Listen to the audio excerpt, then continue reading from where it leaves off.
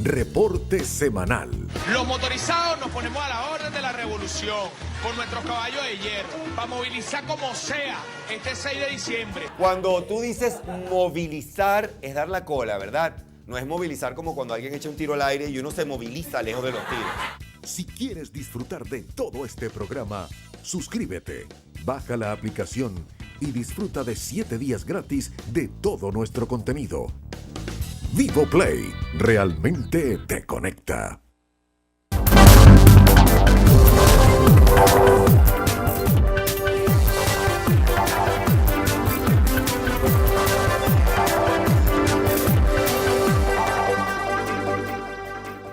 Saludos amigos, bienvenidos a una nueva emisión informativa de Noticias en Vivo. Soy María José Martínez y los invito a hacer un repaso por los hechos noticiosos más importantes ocurridos durante esta jornada.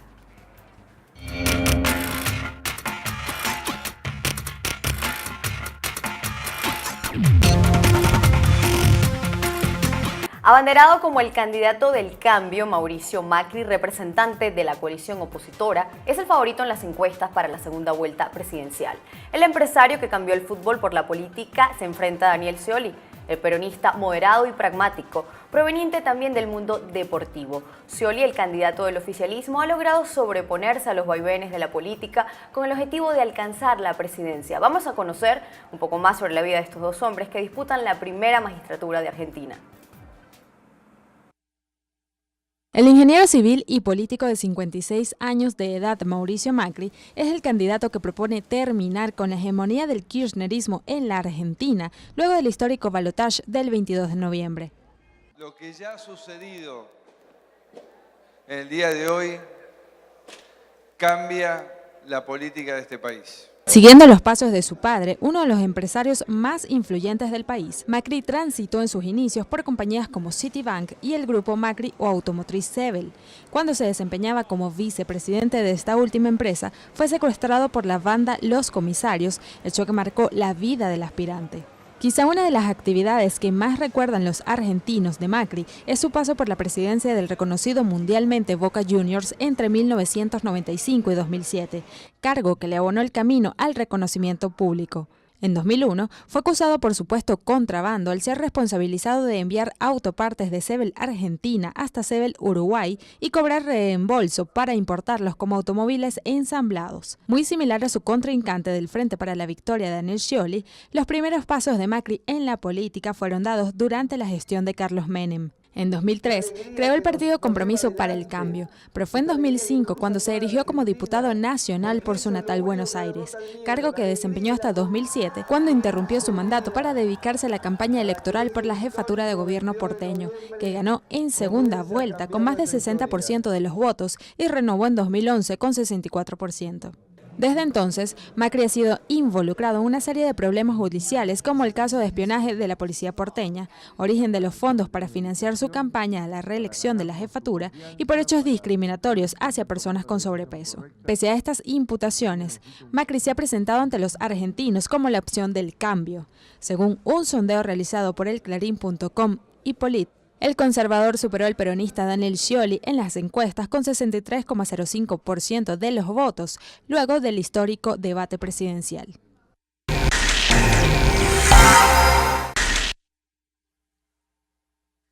Daniel Osvaldo Scioli, nacido en Villa de Crespo, Buenos Aires, es un empresario, deportista y político argentino.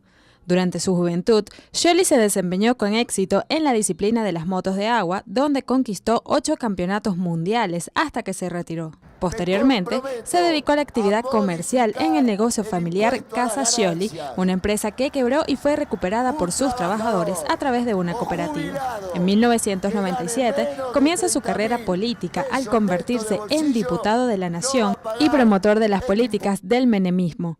Esta función la desempeñó hasta el año 2002, fecha en que fue nombrado secretario de Turismo y Deportes. En mayo de 2003 se convirtió en el vicepresidente de la Nación de la mano del fallecido presidente Néstor Kirchner. 4 años después fue electo gobernador de la provincia de Buenos Aires, desde donde continuó apoyando el llamado kirchnerismo liderado entonces por Cristina Fernández.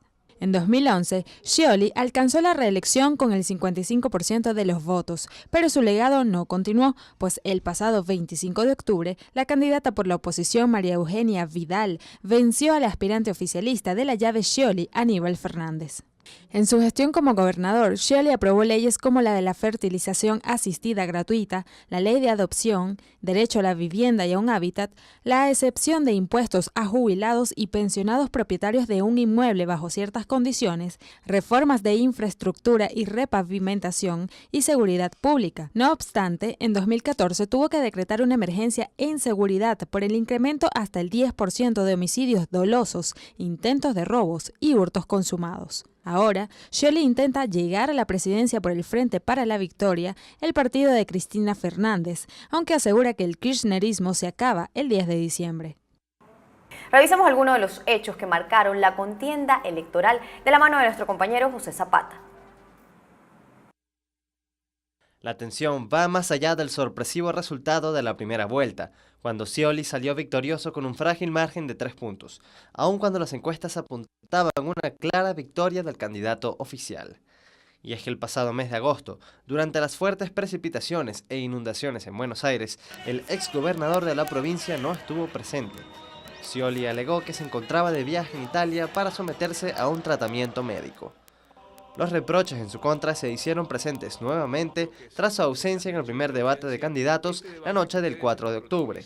Después del resultado de la primera vuelta, sí se mostró dispuesto a debatir con su contrincante. Tras la elección, el jefe de gabinete y uno de los kirchneristas de más peso, Aníbal Fernández, responsabilizó a Scioli por el mal resultado de su fuerza en la provincia de Buenos Aires. Sin embargo, no ha sido el único. En el pasado, la actual presidenta, Cristina Fernández, también criticó a Scioli.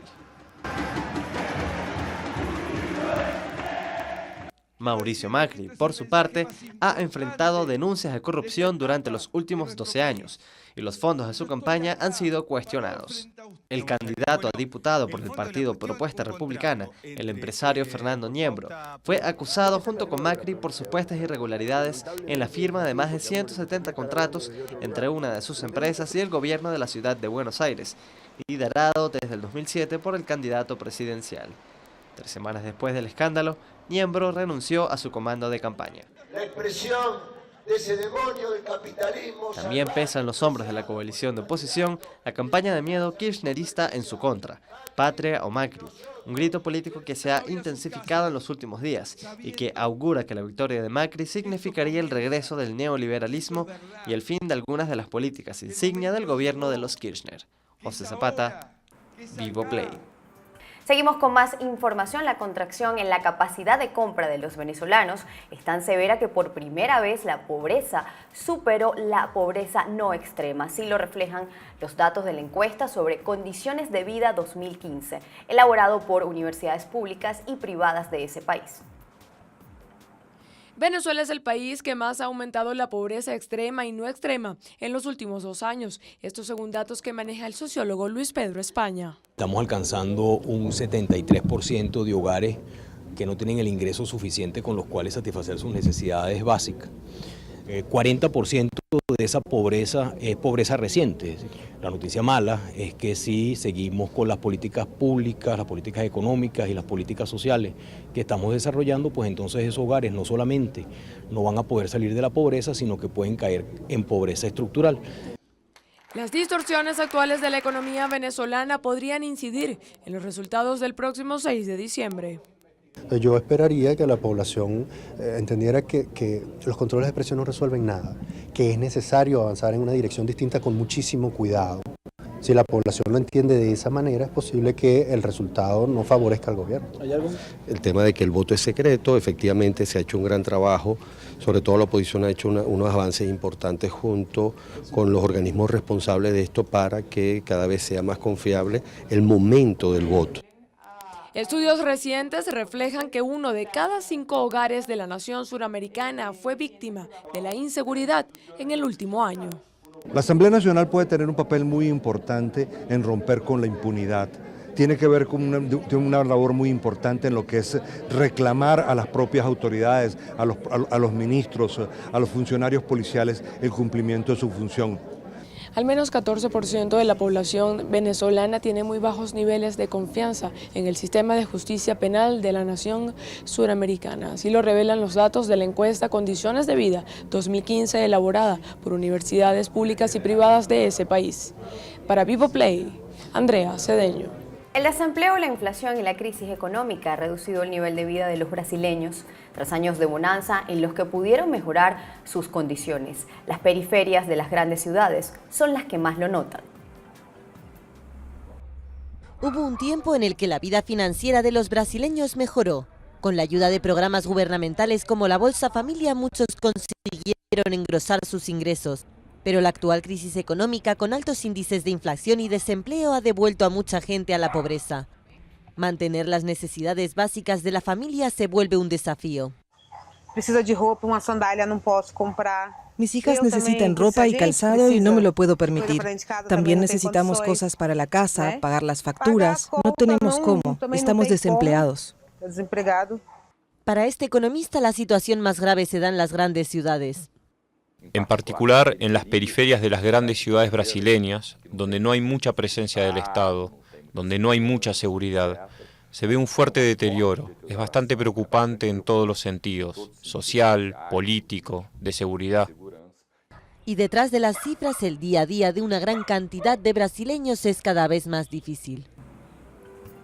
El presidente Juan Manuel Santos propuso que los negociadores del gobierno y la guerrilla de las FARC reunidos en La Habana entren en un cónclave para terminar de resolver los puntos pendientes de la agenda y lograr el definitivo acuerdo de paz. Acelerar las negociaciones. El presidente Juan Manuel Santos envió a La Habana a su hermano como mensajero personal ante el jefe máximo de las FARC, Timo León Jiménez. Quiere un acuerdo definitivo para la paz en Colombia lo más pronto posible. Entre los puntos que están tratando, uno de ellos es una propuesta para que los negociadores entren en una especie de cónclave y no salgan de ahí hasta que no tengan todos los puntos resueltos.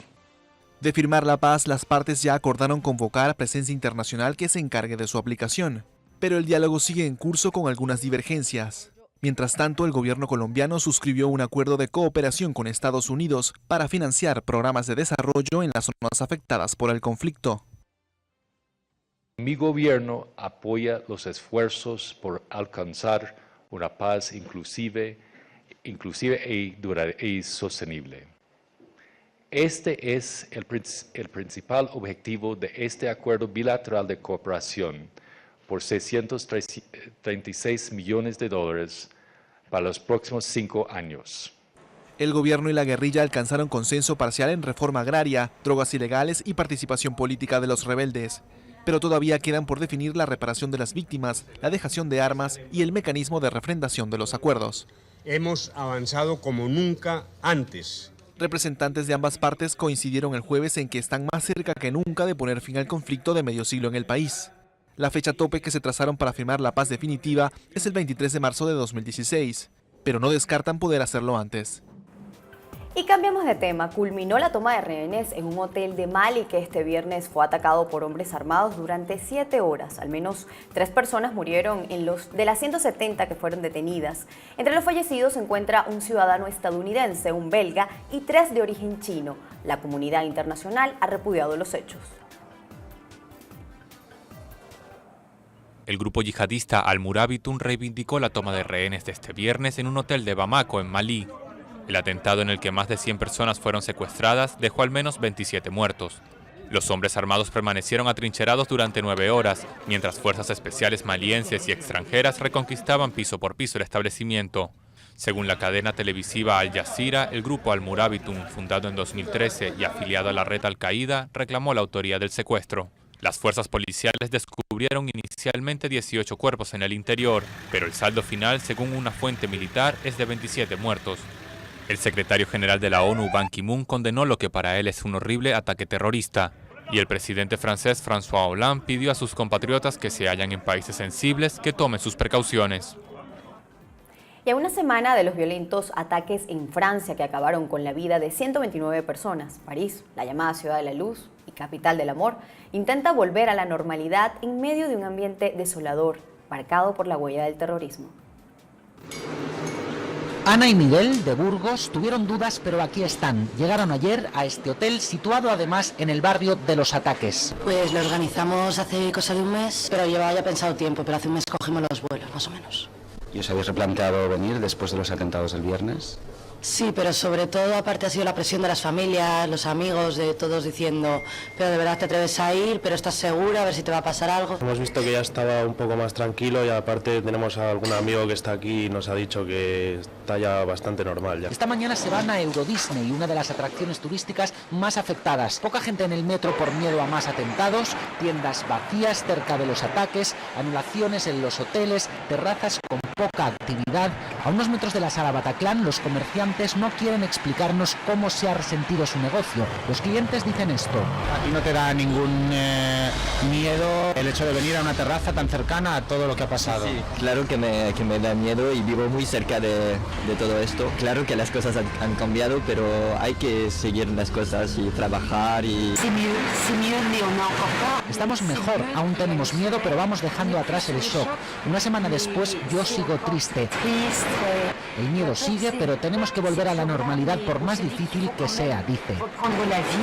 Las imágenes de las víctimas, como esta de Juan Alberto González, nos recuerdan cómo todo cambió en un instante.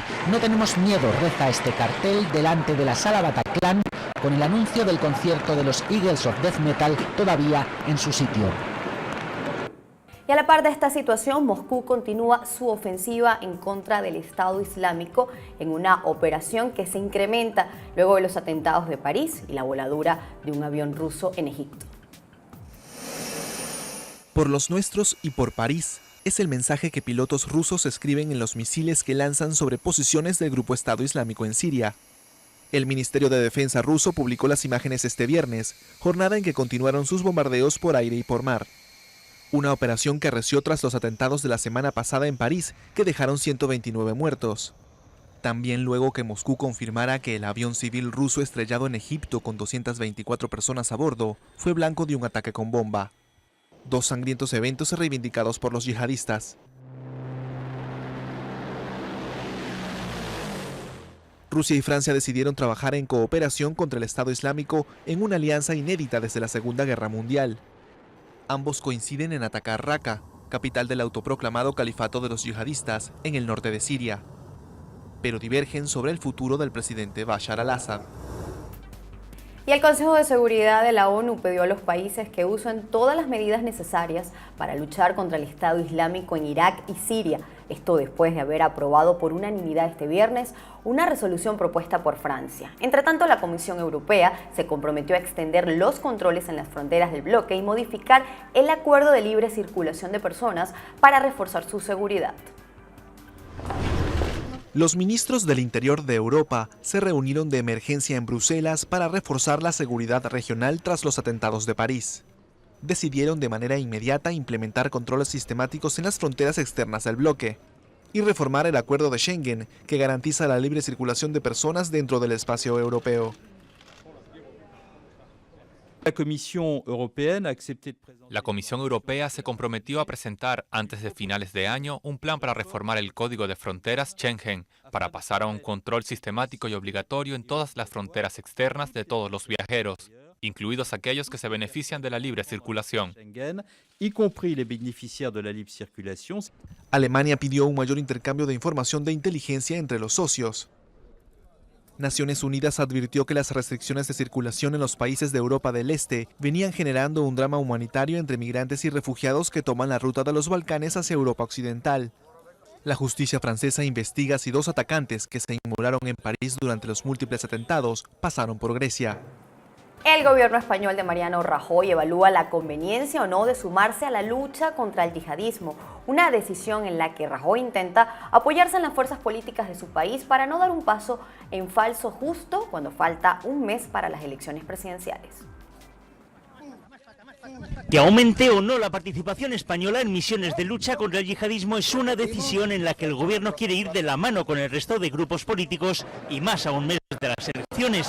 En estas cuestiones ha buscado y buscará la máxima coordinación y la máxima unidad. Mariano Rajoy mantiene constantemente informada a la oposición y esta misma mañana les ha confirmado que Francia aún no ha pedido nada a España. Sobre la hipótesis que ayer mismo avanzó el ministro de Exteriores de ampliar las tropas españolas en las misiones de Mali o República Centroafricana para liberar de allí efectivos franceses que puedan derivarse a la guerra contra el Estado Islámico. Sustitución de tropas francesas en algunos escenarios donde estamos juntos. Hoy la vicepresidenta lo descarta. Esa hipótesis no está encima de la mesa. Ni se nos ha pedido ni la hemos ofrecido. En cualquier caso, el PSOE condicionaría su apoyo a un nuevo despliegue a que se tramite tras las elecciones. Nosotros somos partidarios de que esa autorización sea del Congreso y no de la Diputación Permanente y por lo tanto que sea después del 20 de diciembre. Cualquier nuevo despliegue en Mali o Centroafricana a petición de Francia tendría que coordinarse primero por la Unión Europea. Con esta información despedimos la presente emisión informativa de Noticias en Vivo. Ha sido un placer acompañarles.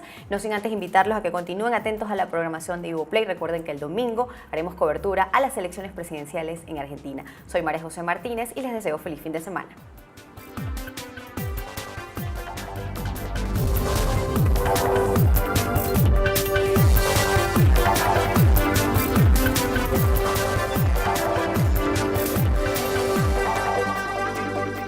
¿Cuál es la nueva forma de ver televisión? Puedes ver las noticias en tu teléfono, disfrutar una película latinoamericana en la pantalla de tu televisor y el programa de opinión que buscas, míralo completico en tu tableta o en tu computadora. ¿Te gusta la idea? Sabes que sí.